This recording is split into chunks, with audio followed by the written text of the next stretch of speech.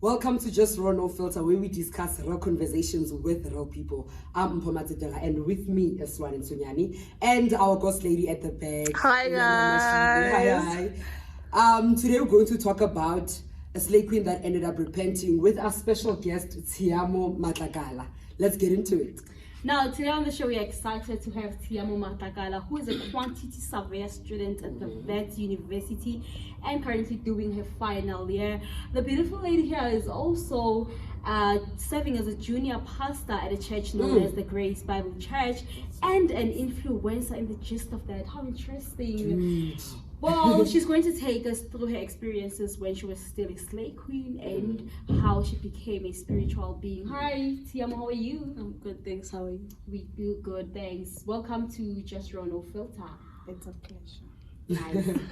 So now, can you take us through on how you started being a slay queen and like just how it all started? Well, it all started when I came from home to varsity and Wits. Where is home? Home is Northwest. All right. In Mafikeng. So when I came here, I was just exposed to the busy life of town and all that. So that's where it all started. Maboni. Yeah. That's where it all started. So, did your family notice anything? Yeah, meeting the people here in town, being exposed to the busy life. I happened to meet my roommate, who was a very busy person alone. She used to wear all these kind of flashy clothes, the glam, the light, everything was just with her. So that's how I just happened to, I can say, will the life, you know? Yeah. And that's when she took me to her other friends, and it happened that the friends are very old people. They're so old. They're old men, old women. It's just an old group of people. So that's when I was exposed to her life, where I can say she was a hooker in a way, and she lived your slay queen kind of life. That's us. And I got into the life. I lived the life. I did whatever that was required of me to do. I had the worst experiences, and I eventually lived, to say I can stop now. I can say. Right. So the friends that she had, all of them like were working, and all of them were old. None of them were schooling just like her. None of them. Like, did you guys get the time to, since you came like with studying the site, did you guys get the time to study? How was it? At first, I had time to study because I was still a bit denial of the life she's living. So at some point, I would be like alone in our room, study while she leaves. And sometimes she'd just drag me out and we'd go together to her places. So studying was, I can say, two chances. Well, Nakona, you were still fresh. I mean, like, you still Yeah. have that little nyana fear. Yo, the man, I'm a first day, I have to study. Yeah. Things like that, yeah. So take us through how like your parents noticed like changes in your life. Take us through that. What is it that they saw My that parents you did different? My parents noticed a sudden change at how I stopped asking for money, at how I stopped having to complain about life adversity. Everything became easy. Usual. Everything became easy. Going to school was like not a priority that time. I was just going there just maybe to submit whatever that needed to be submitted, and leaving if I was done, because I was so busy. I was so busy with the street life. So the parents, they just noticed the clothes when I would visit. They would be like, "How? This is you. This is how you dress nowadays." But also I was just your jean and t-shirt type of girl, and now I was your dresses, your sexy kind of dresses, your weaves, makeup, everything. Yeah, I can already picture her rocking those Everything. weeds. Yeah. I just changed. I was just that one puppet who looked so good with makeup and everything on. So how you guys were busy, like you were busy with this lifestyle. What is it that you guys were doing that kept you occupied with parties? The invitations. Bruh, Hey, lifestyle? Where are you guys? Every week. Lifestyle. On a daily, you are, line-upping up on... It was a lineup. It was a lot. It was she a was lot. living the life. You were living We the would be life. hosts. We would be waiters and all that. We would be dancers. We would do anything that required us to just look good. Just be, I can say, fit for the event. And it wasn't one of those events where you dress accordingly, where an old decent person would say you look good. It's just those mini dresses and all that. Yeah. I see. Yeah. So now, did you have any regrets in the process? I did a lot of them. My first regret was me receiving my first transcript from school, and it wasn't reflecting me. It wasn't reflecting the Tsheamo everyone knew. It was just new. It was just something I never met ever before. I've never failed both primary and high school. So failing in tertiary was like, I don't know. And the other time I had my biggest regret was when I lost my virginity to a very old man which I don't even know even now. I don't know. I can imagine that. Yeah, I met at a party and that was it. A random guy. Your innocence, just like that. Just like that. I can imagine. Did you get money out of you? Yeah, but sitting down now, I'm like, that wasn't money. But back then, I was so happy. I was so, I don't know. I was plus you're still young. I mean, guys, 5,000 rand is a lot when you still young. Thanks. It wasn't Especially even when a you're lot. especially when you're schooling. It was even smaller than that, but because being a student from home not even around the town, home in Northwest, I would only receive maybe 900, 700 from my parents. So now having to have that to 3.5, 4K on my hand was a lot. It was something big. So like in everything you mentioned, what was your worst experience? My worst experience, I can say, it was catching an STD. So I now was depressed. I didn't know where to go as to what direction do I take? Do I kill myself or do I look for help and recover if it was possible and all that? So it was just hard. It was a period of darkness in my life. So you never... This is going to be too personal. You never used any protection. That's the thing. Yeah. These men, when you get to them on some, let's use protection, they'd be like, no, you can't come at me on some protection and all that. I'm paying you, all that. So it was just too hard to manipulate them, but it was easy for them to manipulate us. So can you like recall who you got the illness from? That's the thing. There was many of them. Oh gosh. I can't. There was just many of them.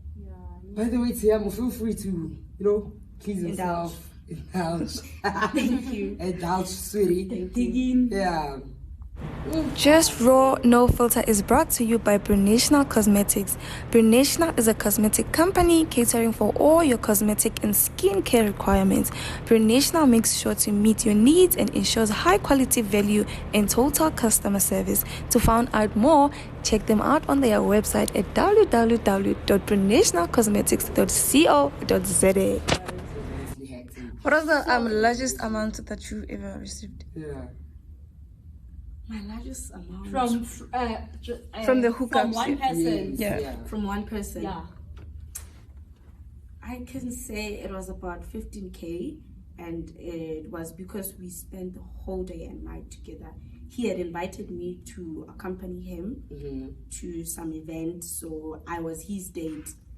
Coming back from the event, we now had to go to the bedroom event.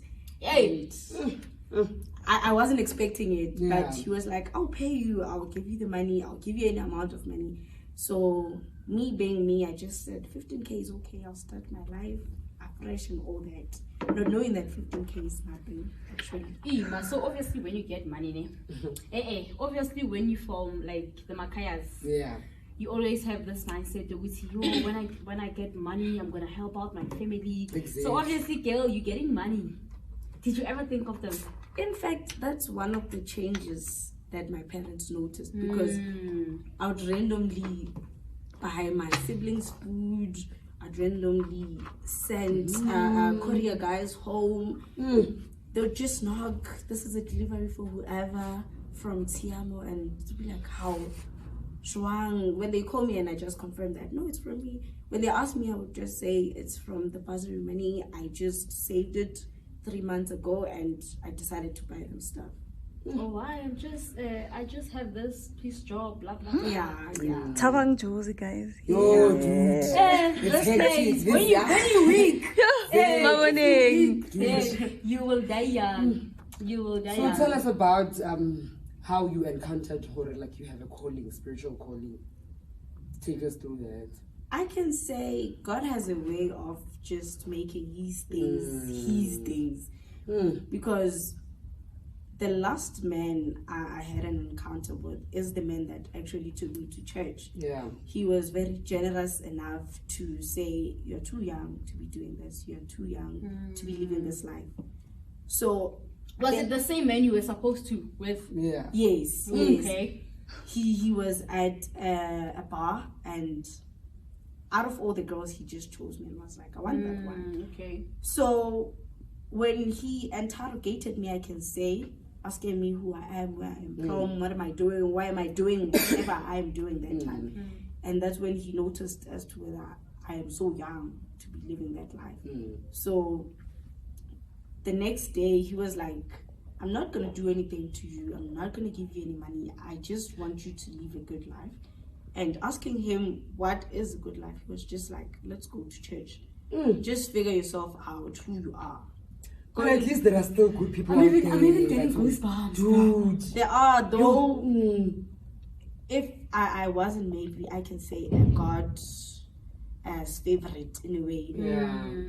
He would have had sex with me and all that. So it's just that significance of me being, God's favorite. No, not this one. I love that. So yeah, I love that. We went to church, and that's when when we were at church, a lot of things happened. And out of the blue, the pastor just came at me and was like, when I look at you, I see someone who has a testimony. Wow. So please just uplift us and give us a few of your words, whatever you'd like to share. It was as if he knew the life that you were living. Yeah. I'm sure you felt like that. Yeah, it was as if someone told him that this girl has a story. So going up there, I just reflected my whole story, my whole experiences. And that's how I started going to church on like a weekly basis. I started rectifying all the mistakes I had made going to school, enrolling back to school, trying to study as hard as I can. Nice. And yeah. But then, adapting to a normal lifestyle, it's so difficult. How did you do it?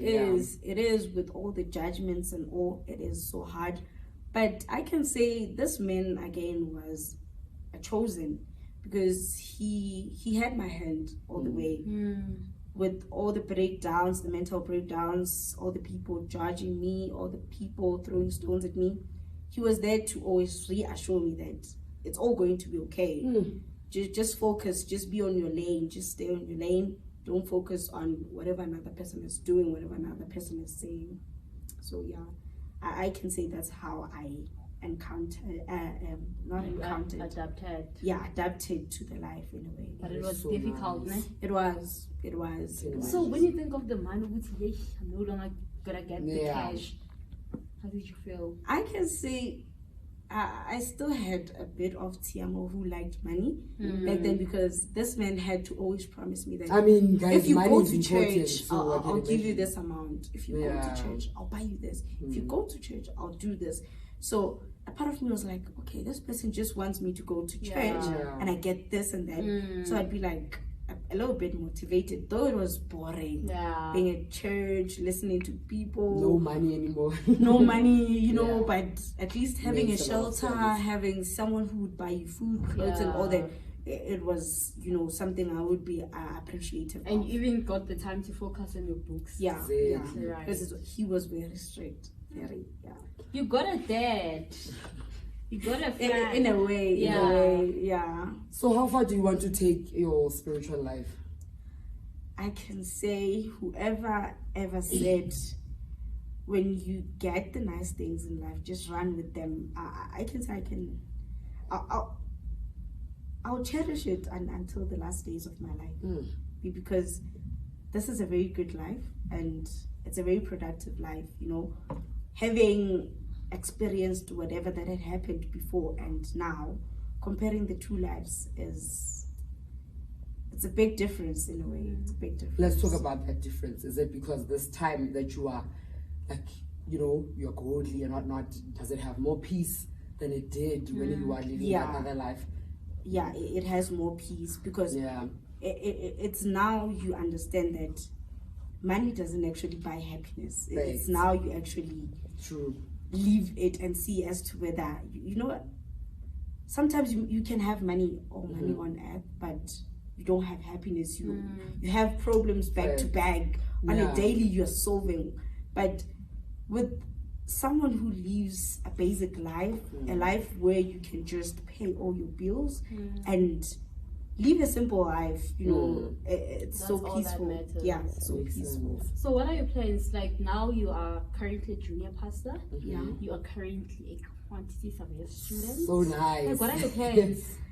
No, my plans, I can say, for once, let me just have a degree in my hands. Let me just be someone who's a postgraduate, you know, let me be counted under people who studied and graduated.